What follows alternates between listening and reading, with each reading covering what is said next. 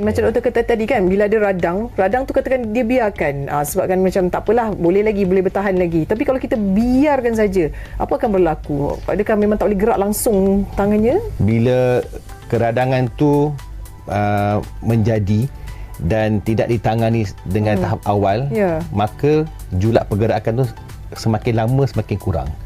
Jadi daripada boleh angkat sampai sini, lama-lama dia kurang pergerakan julat dia.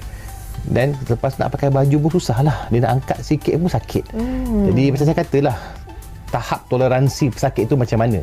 Kadang-kadang dia boleh toleransinya tinggi. Jadi tak apa, saya tak kisah, boleh je saya carry on life. Ada pula yang takut jumpa doktor.